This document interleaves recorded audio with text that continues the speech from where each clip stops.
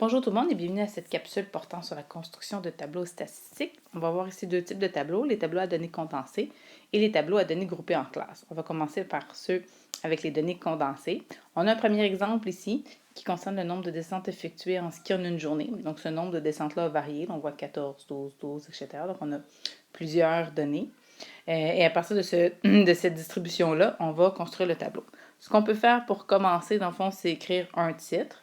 On n'est peut-être pas obligé d'écrire le titre au complet. Là, on peut parler juste de descente en ski. Et là, on a deux colonnes, gauche, droite. Donc, à gauche, on va mettre nos différentes valeurs. Ici, nos valeurs, qu'est-ce qu'elles représentent? Elles représentent des nombres de descentes. Donc, on va écrire nombre de descentes. Et à droite, en fond, ça va être l'effectif. Ça va être le nombre de fois que chacune de ces données-là est revenue.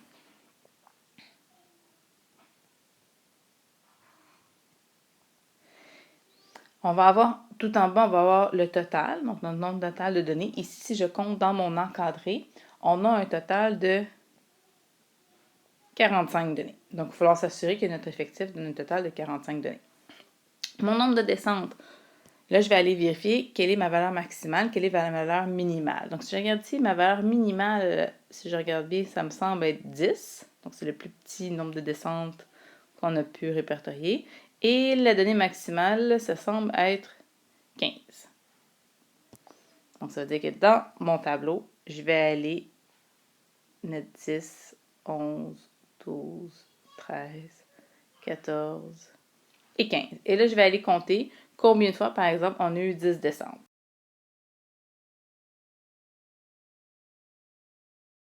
Donc, on a eu 6 fois 10 descentes. On va les compter le 11.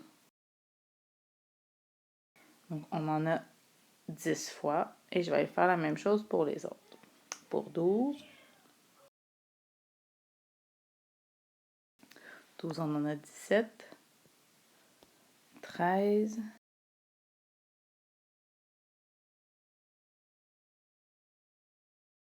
Je vais vérifier, est-ce que j'arrive bel et bien à mon total de 45 quand j'additionne le tout? Oui, ça fonctionne. Donc, j'ai complété mon premier tableau à données condensées. Deuxième exemple. Donc, ici, on parle d'un nombre de bananes achetées par les derniers clients. Donc, on va mettre encore une fois un titre. Par exemple, achat de bananes. À gauche, qu'est-ce qu'on a dans le fond? On a le nombre de bananes achetées. Donc, on va écrire nombre de bananes. Et à droite, je pourrais écrire effectif, mais aussi ce que je pourrais écrire ici, par exemple, ce serait nombre de clients. Donc, ça veut dire que je répertorie, selon le nombre de bananes achetées, combien de clients ont acheté en effet ce nombre de bananes-là. Donc, dans mon tableau de distribution, je vais aller compter. Au total, si je combine ici, j'ai un total de 24 clients. J'ai 24 données. Et on va aller repérer la donnée minimale et maximale. Donc, le minimum que j'ai, c'est 0 banane et le maximum que j'ai, c'est 6. Donc, dans mon tableau, je vais aller écrire mes valeurs de 0 à 6. Même si pour certaines valeurs, j'en ai pas dans mon tableau de distribution, je dois quand même les mettre ici de 0 jusqu'à 6. Donc, 0, je vais aller compter. J'en ai combien? J'en ai 6. Une banane, j'en ai pas. 2 bananes.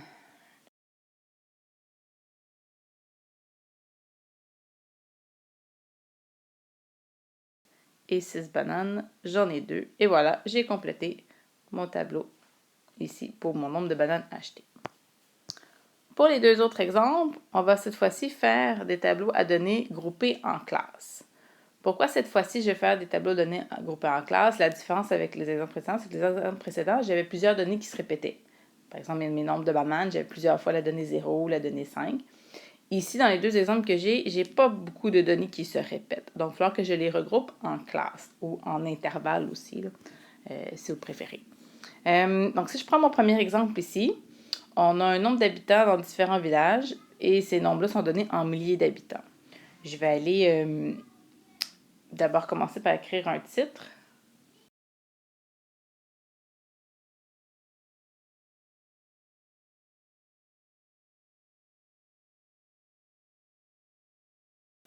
Ici, donc, mon nombre total de données, si je compte combien j'en ai dans mon tableau, j'en ai 20. Ce que je vais aller faire, dans le fond, c'est que comme tantôt, je vais aller trouver ma valeur minimale, ma valeur maximale. Ici, ma valeur minimale, elle est de 0,8. Et ma valeur maximale, elle est de 24,7. Ici, pour mes deux exemples, je vais faire mes tableaux groupés en 5 classes. Des fois, on peut mettre 6, 7, 8 classes. C'est rare qu'on va dépasser 10, mais 5 ou 6 classes, c'est ce qui est le plus souvent utilisé. Donc, si je vais aller calculer ce qu'on appelle l'amplitude, donc savoir quel va être exactement l'intervalle de chacune de mes classes. Donc, pour calculer mon amplitude ici, je vais faire ce qu'on appelle l'étendue. Donc, ma donnée maximale moins ma donnée minimale. Et je vais aller diviser en 5 parce qu'ici, j'ai décidé de faire 5 classes. Si je fais cette opération, ce calcul-là, ça me donne environ 4,78. Là, je ne ferai pas des classes de 4,78 parce que ça ne se compte pas très bien. Donc, je vais prendre un peu plus grand. Je vais prendre des classes de 5. Ça va mieux se faire. Ici, sachant que ma valeur minimale est de 0,8, je ne suis pas obligée de partir à 0,8, je peux aussi partir un peu plus bas. Par exemple, je pourrais partir à 0 parce que ça va quand même bien se calculer. Donc, ma première classe, ça veut dire qu'elle serait de 0 jusqu'à 5. Ma deuxième classe, de 5 à 10. Après ça, de 10 à 15. 15 à 20. Et finalement, de 20 à 25. Et ça fonctionne bien. 24,7 entre bel et bien dans ma dernière classe. Et là, je vais aller calculer combien de villages j'ai pour chaque intervalle, chaque classe de milliers d'habitants. Donc, par exemple, entre 0 et 5 000 habitants, il y a combien de villages? Entre 5 et 10 000 habitants, etc. Ici, il faut faire attention. Par exemple, si je prends la donnée de 5 ou 5 000 habitants, elle ne sera pas dans ma première classe, elle va être dans ma deuxième classe.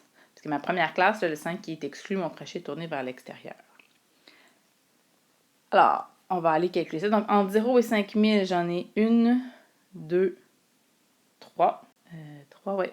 Entre 5 et 10 000, j'en ai 1, 2, 3. Et vous voyez le 10,00 qu'il y a dans ma table, je ne le mettrai pas dans cette classe-là, ça va être dans la classe suivante.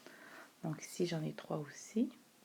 Entre 10 et 15, donc lui, je vais avoir lui 1, 2, 3, 4, 5.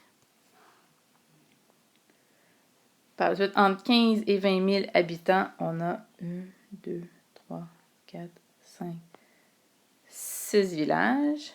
Et finalement, le dernier, on a 1, 2, 3 villages. Je vais aller vérifier que ça me donne bel et bien un total de 20. Si j'additionne le tout, oui, ça fonctionne.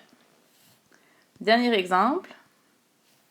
Ici, on n'a pas de contexte en particulier, donc on n'aura pas de titre sur notre tableau. Par contre, ce qu'on va faire au fond à gauche, c'est qu'on va écrire valeurs. On ne sait pas c'est des valeurs de quoi, est-ce que ça représente des montants d'argent, un nombre de personnes, on ne le sait pas trop. On va écrire valeurs. Et à droite, dans le fond, on va écrire effectif, qui est le nombre de fois que chaque valeur, dans le fond, va revenir.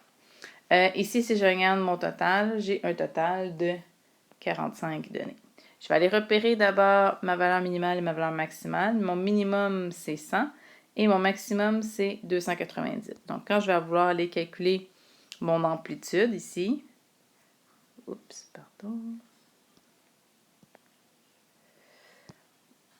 Donc, mon amplitude, je vais aller faire ma donnée maximale moins ma donnée minimale, divisé en 5 classes, ce qui me donne 38.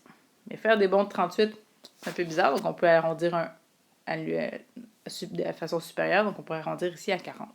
Donc mes classes, je pourrais partir à 100, qui est ma valeur minimale, et faire des bons de 40.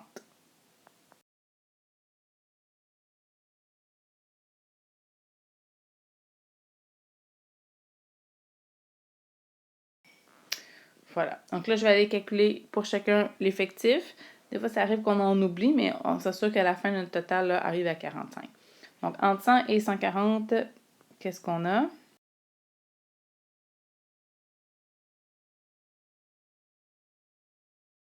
Donc, on en a 6. Par la suite, entre 140 et 180.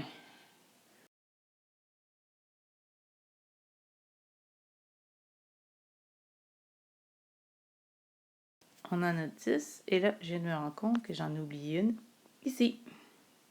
Donc, ça veut dire que là, pour la classe précédente, j'en avais 7. 180 à 220.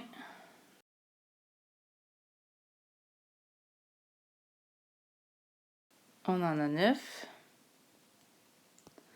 220 à 260.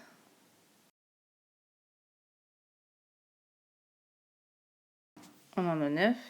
Et finalement, le dernier.